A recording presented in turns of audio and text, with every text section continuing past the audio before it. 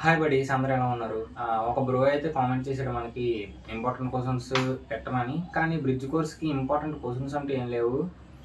స్పెసిఫిక్‌గా చెప్పాలంటే important topics అయితే ఉన్నాయి. మెయిన్ 3 సబ్జెక్టులకి.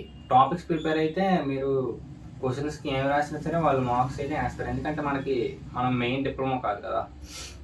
సో మనకి ఆ టాపిక్‌కి తగ్గట్టు ఏదైనా మనం రిలేటెడ్ మ్యాటర్ రాసినా సరే వాళ్ళైతే మనకి మార్క్స్ అనేది అలవాట్ చేస్తారు. సో నేనైతే మీకు ఇప్పుడు మెయిన్ చాప్టర్స్ ఏవైతే ఉన్నాయో మెయిన్ చాప్టర్స్ అనుకోండి, లేకపోతే టాపిక్స్ అనుకోండి, వాటిని అయితే చెప్తాను. వాటిని ప్రిపేర్ అవ్వండి. మొన్న పెట్టిన వీడియోలో నేను వెయిటేజ్కి లెసన్స్ పెట్టాను చూసారా. అందులోని వెయిటేజ్ ఏంటంటే అది ఫస్ట్ ఇయర్ వాళ్ళకి, డిప్లొమా ఫస్ట్ ఇయర్ వాళ్ళకి ఉంటుంది అనమాట. మనకి ఐటీఐ బ్రిడ్జ్ కోర్స్కి వెళ్ళిన వాళ్ళకి ఎలా ఉంటుందంటే మనకు వేరే రకంగా ఉంటుంది మనకు వెయిటేజ్.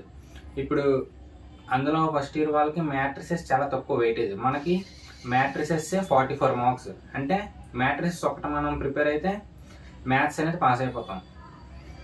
సో అలాగా కొన్ని టాపిక్స్ అయితే మీకు నేను స్క్రీన్ షాట్ అయితే పెడతాను చూడండి.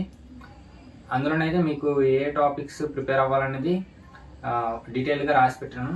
డీటెయిల్ అంటే ఏం లేదు, జస్ట్ చాప్టర్ నేమ్స్ అయితే రాసి పెట్టాను. వాటిని చూసి ప్రిపేర్ అయిపోతే మీరు ఇంకా 1 డేగా ఉంది, 1 డేలోనే చూసుకోండి. మరి ఇప్పటివరకు ప్రిపేర్ అయ్యే ఉంటారు అనుకుంటున్నాను. ఈ టాపిక్స్ని ఒకసారి ప్రిపేర్ అయ్యి ఉంటే మళ్ళీ ఒకసారి రివైజ్ చేసుకోండి. ఎందుకంటే ఇంపార్టెంట్ టాపిక్స్ ఇవే, ఇంపార్టెంట్ చాప్టర్స్, ఎక్కువ వెయిటేజ్ ఉండేవి.